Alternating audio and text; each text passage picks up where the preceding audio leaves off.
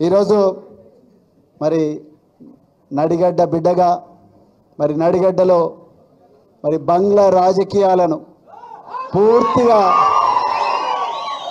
బంగ్లా రాజకీయాలకు తెర దించాలని ఈరోజు మరి పెద్దలు గౌరవనీయులు తెలంగాణ తొలి ముఖ్యమంత్రి తెలంగాణ కోసం అనుక్షణం తపించే ఒక గొప్ప నాయకులు కేసీఆర్ గారి ఆశీర్వాదంతో కేటీఆర్ గారి ఆశీర్వాదంతో ఈరోజు మన నడిగడ్డ పులిబిడ్డ మరి బాసు హనుమంతనాయుడు గారు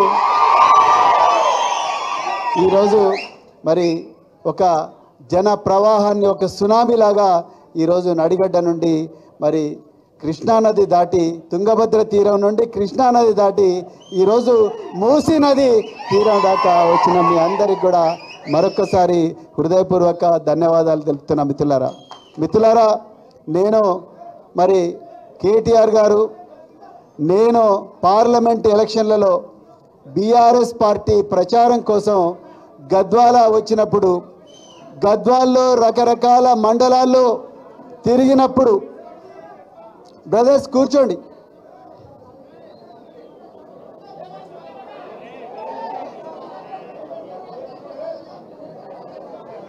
గద్వాల్లో ప్రతి మండలంలో తిరిగినప్పుడు నిజంగా మీ అందరి గుండెల్లో ఇప్పుడు మా సోదరుడు డాక్టర్ ఆంజనేయ గౌడ్ గారు చెప్పినట్టుగా మీ అందరి గుండెల్లో నర నరాల్లో కణకణాల్లో కేసీఆర్ గారు ఉన్నారని చాలా క్లియర్గా అర్థమైంది. నేను కేటీఆర్ గారు ఆ రోజు హెలికాప్టర్లో మరి అచ్చంపేట నుండి గద్వాలకు వచ్చినప్పుడు గద్వాల పట్టణంలో ఆ రోజు నడిగడ్డ ప్రజలు కొదమ సింహాలలాగా మరి గద్వాల మొత్తం కూడా మరి ర్యాలీ తీసి గుండెల నిండా కేసీఆర్ గారి పట్ల ఉన్న కృతజ్ఞతా భావాన్ని చాటుకున్నారు. కానీ ఆ కృతజ్ఞతను నిలుపుకోలేక ఆ విశ్వాసాన్ని నిలుపుకోలేక మరి స్వార్థపరుడై తల్లి లాంటి పార్టీకి వెన్నుపోటు పొడిచి ఎమ్మెల్యే కృష్ణమోహన్ రెడ్డి ఇలా కాంగ్రెస్ పార్టీలో చేరిండు. నేను ఇప్పటికి కూడా చెప్తున్నా, కాంగ్రెస్ పార్టీ ఒక అబద్ధం, బీఆర్ఎస్ పార్టీ ఒక నిజం, నిప్పు లాంటి నిజం.